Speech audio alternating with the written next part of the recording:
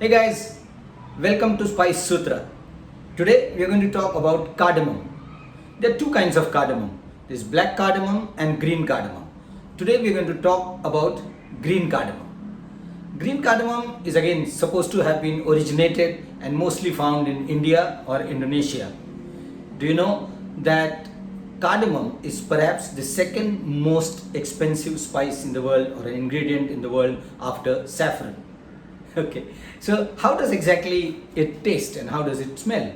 So this cardamom, which is such a small pod, or it's a seed basically, it's got a sweet, pungent flavor to it. When it comes to taste, it is slightly sweetish to start with, but if you have too much of it, it can be bitter.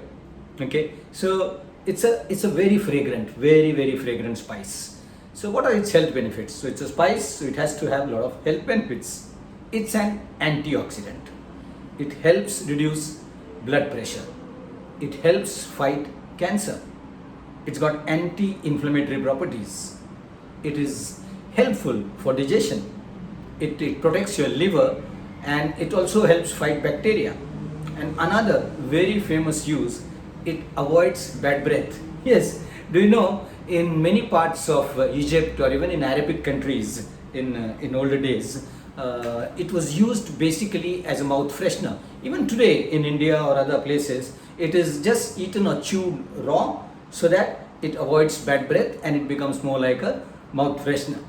So how do we use cardamom? What is the cooking use? Cardamom mostly, because of its sweet flavor, is mostly used in desserts. So let's talk about Indian cooking. When it in Indian cooking, you use it mostly for desserts. So all kinds of gulab jamun, ras malai, barfi, you need to have a cardamom. But when it comes to curries, cardamom can be added as a whole inside the oil while making a biryani or a pulao or a curry, and can be made into a powder along with other spices into a garam masala powder. The beauty is because many of the spices, the other spices, tend to be spicy, rather very strong flavor. It is cardamom which helps neutralize the pungentness of that and bring a nice fragrance to that masala or the spice powder that you have made. One recommendation from my side, when you are using cardamom and putting it into an oil, don't just put this whole seed into it. Just break it up slightly or just open it up, because it's got lovely black particles or black granules inside which actually have the real taste and the flavor. So always slightly open up this green pod and then add into your curry or into your biryani so that it gives all its fragrance.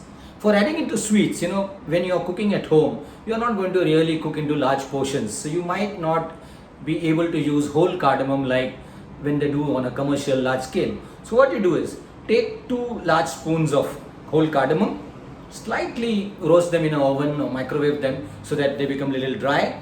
Take 1 tablespoon of sugar, put it into a blender. Sugar is just to make sure that the cardamom blends and you get little volume. So mix cardamom and sugar together, little sugar, and make it into a powder and just leave it in a nice airtight container.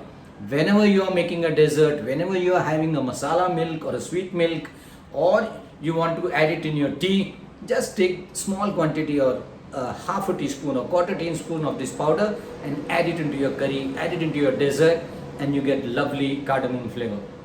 Cardamom doesn't have too much history of use in Western cooking. Yes, in Nordic cuisine, some regions in the Nordic cuisine, they do use cardamom, but it's mostly found in the Asian subcontinent. Okay, so now you know more about the cardamom and especially the green cardamom. So next time, use it in your curry or just chew upon it as a mouth freshener. Okay, see you later. Happy cooking.